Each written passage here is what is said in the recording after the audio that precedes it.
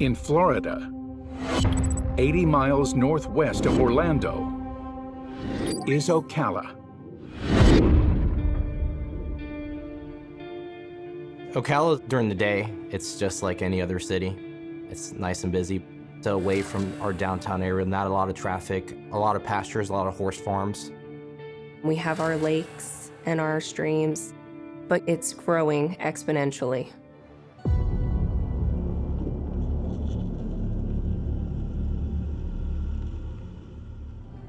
It was a very busy weekend. We were call to call the entire night. It finally slowed down until I heard Corporal Esquivel on the radio.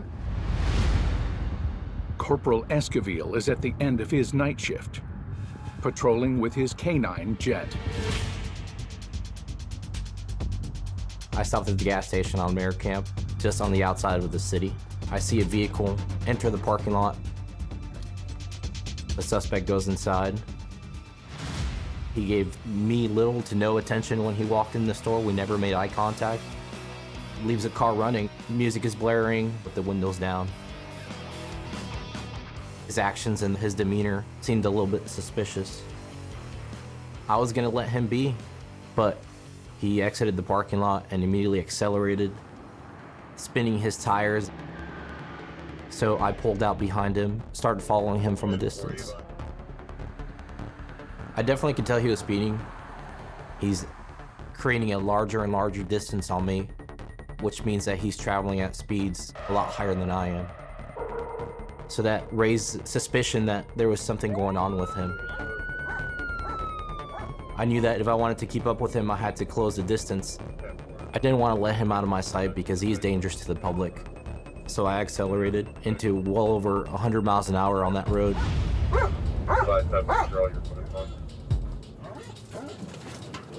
You turn northbound baseline, about 80 miles an hour in traffic. I think it's a Chevy, like a lighter color. Yeah, we're turning northbound on baseline. Running up the red light on K9 is very aware of what's going on. He knows we're going to a call. Confirm me here, single 1, 10-4. So he's excited. He's very vocal about it. Yeah, 10-4. As Corporal Esquivel was providing updates on where he was, and I was thinking, where are they in relation to where I am? The car was basically driving in circles. They were coming up to residential neighborhoods. How can I get there? I have to make sure that nobody gets harmed.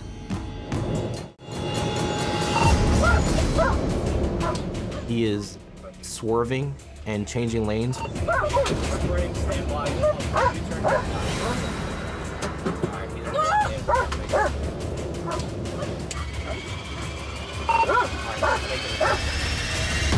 K9 Deputy Corporal Esquivel, he's in pursuit of the vehicle near my zone. In my head, I'm thinking when you're chasing somebody, it's best to have 2 to 3 vehicles in the pursuit. So I need to get there. Is the vehicle stolen? Was this used in a crime? Who am I actually chasing? All this is running through my mind, but I know right now that he's in front of me. He knew I was behind him, and he was gonna do everything he could to get away.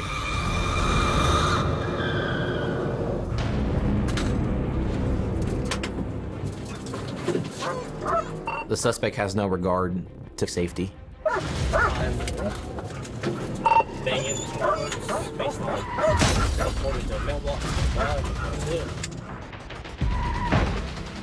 I was afraid that he was gonna crash into somebody and hurt himself and hurt somebody else.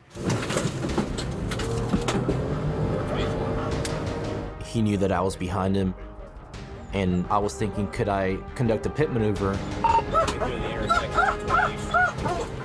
A pit maneuver is to stop the vehicle by bumping their rear quarter panel and spinning them out. 10-4, westbound 23. As I see them drive past me, I thought, okay, here we go. Then I proceeded to call the chase from there.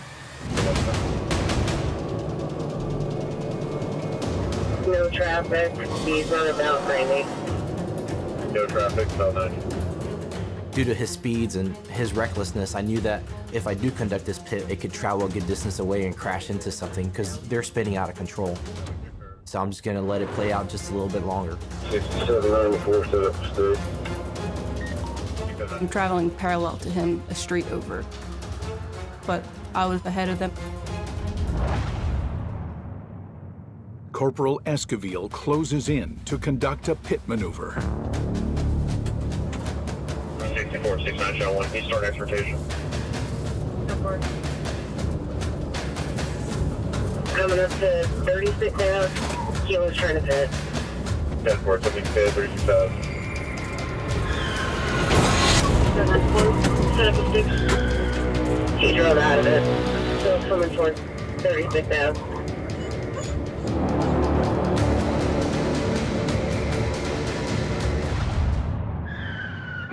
I pitted the vehicle and continued to follow it.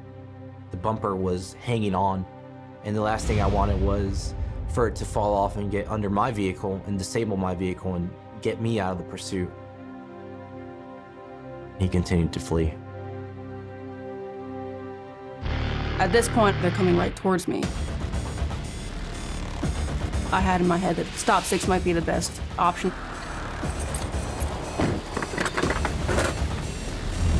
I try to get on the radio to say I'm in position, back off a little bit so that you don't also get stop sticked. In a pursuit, the second vehicle, Sergeant Rodriguez, she was the one taking over the radio communication so that Corporal Esquivel could focus on driving. When she calls out on the radio where they are, what they're passing, that's kind of giving me an update to see how close they're coming to me. I'm in position. And I can see it off in the distance of where her vehicle was parked. The last thing I want is to run him over myself. I was like really trying to be on my A game to rip them out in time before K9 crossed over them.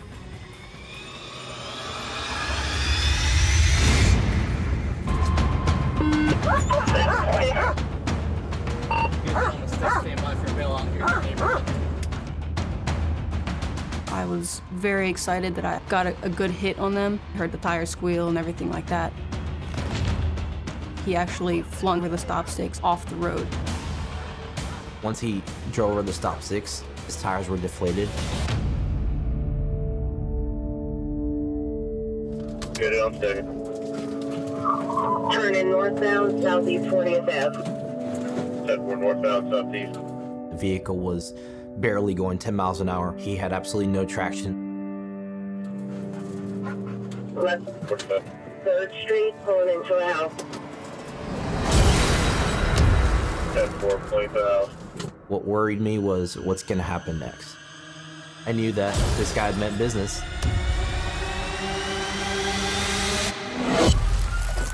Hey! Here! Foos! Sheriff's office, hey, my stuff! I've never seen anything like that before. Headbutt his way out of the window. It almost looked like he was a dolphin trying to get out of the car. I don't know how he managed it, do that, and continue to get up and run away. My concern is there somebody else who has a weapon? Is there something more that we're missing? I felt a sigh of relief knowing that there was no one else inside that car. Here! Foos! Sheriff's office! When that door opens after the pursuit, Jet's coming to work. There are very few people that have gotten away from Jet. He's 90 pounds of pure muscle. When he apprehends you, he's gonna hold you until I get there. Don't move! Don't move! Let me see your hand now. Roll over. Got him? This guy's in my world now. He's not getting away from Jet. Put your hands behind your back. Get him off. Please! I was at the fucking gas station, and I had my chain on. Somebody tried to rob me. All right. Please! That's a good boy. Good job, buddy. You got that man. Now let's get bailed out. After incidents like this, there's always a story. The suspect made a statement that he was robbed at the Circle K of his gold chain. And I knew that was not true because I was sitting there in the parking lot watching him the entire time. I'm sorry, dude. The suspect, Tyler Faconsolo, is charged with offenses of DUI property damage, felony fleeing, and resisting an officer. He is awaiting trial. After the suspect was taken to the hospital by EMS personnel, the registered owner actually showed up on scene, and it was a friend of her husband's. He stole their vehicle while they were asleep, and he took the vehicle on a joyride. He obviously was very desperate to get away.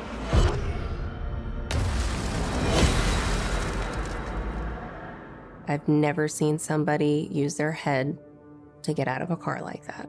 I was amazed that he didn't have head trauma.